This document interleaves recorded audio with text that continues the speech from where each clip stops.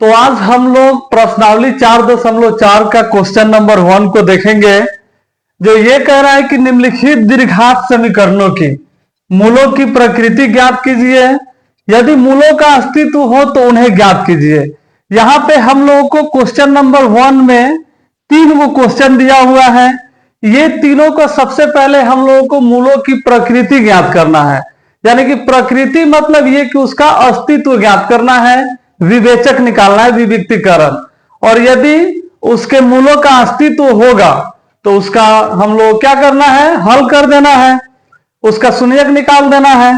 तो सबसे पहले हम लोग यहाँ पे 1 नंबर हम लोग क्वेश्चन को देखते हैं। 1 नंबर जो क्वेश्चन है 2x square minus 3x plus 5 equal to 0। तो सबसे पहले हम लोग क्या निकालेंगे, d निकालेंगे। जब इसका d निकालेंगे यानी कि जांच हम लोग कर रहे हैं, तो जांच लिखेंगे या नहीं लिखेंगे कोई फर्क नहीं पड़ेगा, तो हम लोग जांच लिख देते हैं। जब इसका हम लोग जांच करेंगे तो इसका फॉर्मूला सबसे पहले हो जाएगा d बराबर बी स्क्वायर माइनस 4ac। तो जब हम लोग b निकालेंगे यहाँ पे d जब निकालेंगे तो b है हम लोगों का -3, तो 3 का स्क्वायर करेंगे 4ac, a है हमारा 2 और c है 5। तो इसको अब हम लोग क्या करेंगे, 3 को 2 बार गुणा करेंगे तो 3 3 जा 9। अब ये जो डबल माइनस जो होता है ये प्लस हो जाता है, क्योंकि -3 इंटू -3, ये दोनों माइनस में जब डबल माइनस आएगा गुणा करने पर तो माइनस खत्म हो जाता है। और यहां पे है 4 दूनी 8, 8 पचे 40। अब यहां पे आया 40, तो जब इसको हम लोग घटाएंगे तो ये आ जाएगा -31। तो हम लोगों को मालूम है कि माइनस में आ जाए तो इसको नहीं बनाएंगे, इसको मूलों का प्रकृति नहीं होगा। यानी कि 0 तक आए तो चलेगा, माइनस में नहीं आना चाहिए। तो इसको हम लोग लिख देंगे इसके मूलों का अस्तित्व नहीं है।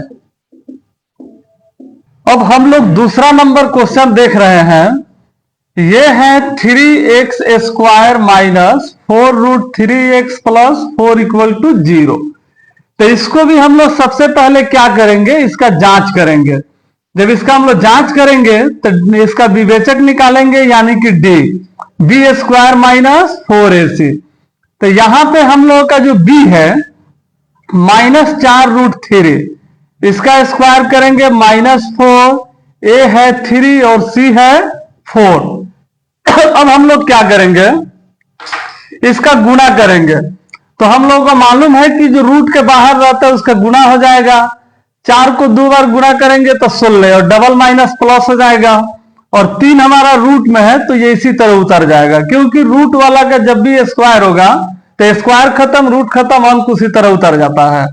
अब क्या करेंगे, इसको गुणा करेंगे, 4 3 12, 12 का 48, और फिर 16 3 48, 48 में से 48 जाएगा, ये बच गया 0। तो यानी कि इसके मूलों का अस्तित्व है। तो हम लोग लिखेंगे इसके मूलों का अस्तित्व, या प्रकृति भी चाहे तो हम लोग लिख सकते हैं, प्रकृति है। तो अब हम लोग क्या करेंगे, यहां पे दीर्घाती सूत्र से ही हम लोग इसको बना देते हैं। x बराबर -b plus minus √d by 2a। जब इस फॉर्मूला पे जब हम लोग बैठाएंगे इसको तो क्या हो जाएगा, इधर साइड में हम लोग लिखते हैं x बराबर -b। ये जो b है हमारा, एक तो पहले से फॉर्मूला में माइनस है और b भी हम लोग का पहले से माइनस में है। तो इसको हम लोग एक जगह पर जब 2 साइन आता है तो उसको घेर देते हैं, एक जैसा साइन आता है। तो अब क्या करेंगे, -b हो गया, प्लस माइनस √d करना है। तो d हमारा कितना है, 0। अब 2 इंटू a कितना है, a है यहाँ पे 3। तो उसके बाद हम लोग लिखेंगे, ये डबल माइनस क्या हो जाएगा, प्लस हो जाएगा। तो ये हो गया हम लोग का 4√3, और यहाँ पे 2 3 6। अब ये क्या है कि ये तो कुछ बचा ही नहीं हम लोगों का कि प्लस माइनस करके हम लोग लिखेंगे, क्योंकि 0 का मतलब कुछ भी नहीं, तो इसका तो वर्गमूल निकलेगा ही नहीं। तो उसके बाद हम लोग क्या करेंगे, यहां पे ये दोनों कट रहा है क्योंकि यहाँ पे गुना का चिन्ह है। अगर जोड़ का चिन्ह रहता तो ये नहीं करता। 2 के पहाड़ा से ये दोनों कट जा रहा है, तो इसका हम लोग का आंसर कितना हो जाएगा, 2√3/3। तो अल्फा का भी मान हम लोग का यही हो जाएगा 2√3/3 और बीटा का भी मान हो जाएगा 2√3/3।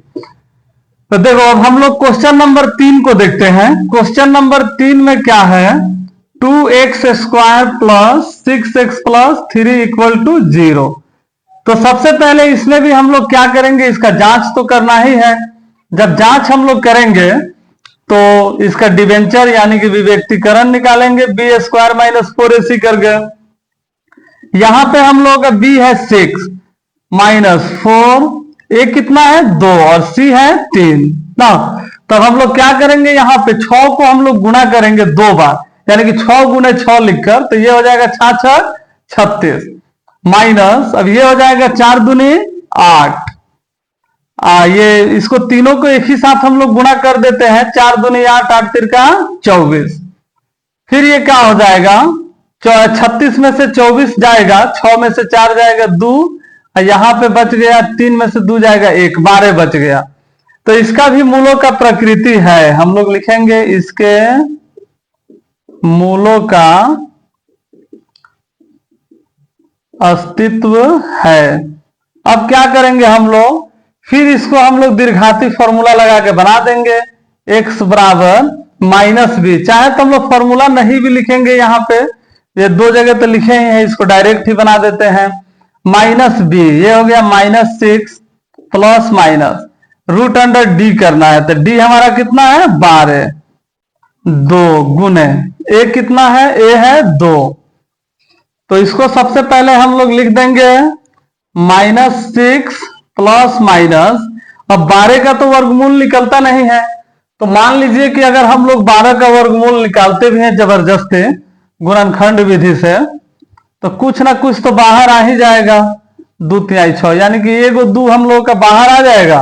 वर्गमूल में क्या करते हैं हम लोग, जो जोड़ा लगता है उसको 1 लिख देंगे, और जिसका जोड़ा नहीं लगता वो रूट के अंदर चल जाएगा, यानी कि 2√3 हो गया।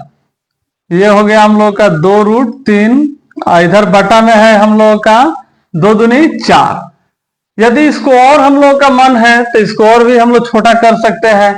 क्या करेंगे, इसमें से 2 हम लोग कॉमन ले सकते हैं। जब 2 हम लोग इसमें से कॉमन लेंगे तो ये हो जाएगा 2 × 6 अब प्लस माइनस, उसके बाद क्या हो जाएगा, 2 से 2 गायब हो जाएगा, ये बच गया √3 अब /4, तो 2 से ही कट जाएगा 2 बार में, तो x का वैल्यू हम लोग का बच गया -3 प्लस माइनस ये √3 अब /2।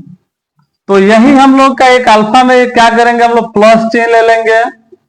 प्लस चिन्ह लेने पर x बराबर -3 प्लस √3/2 और माइनस चिन्ह लेंगे, माइनस चिन्ह लेने पर तो ये हो जाएगा x बराबर -3 - √3/2। यही हो गया हम लोग का आंसर।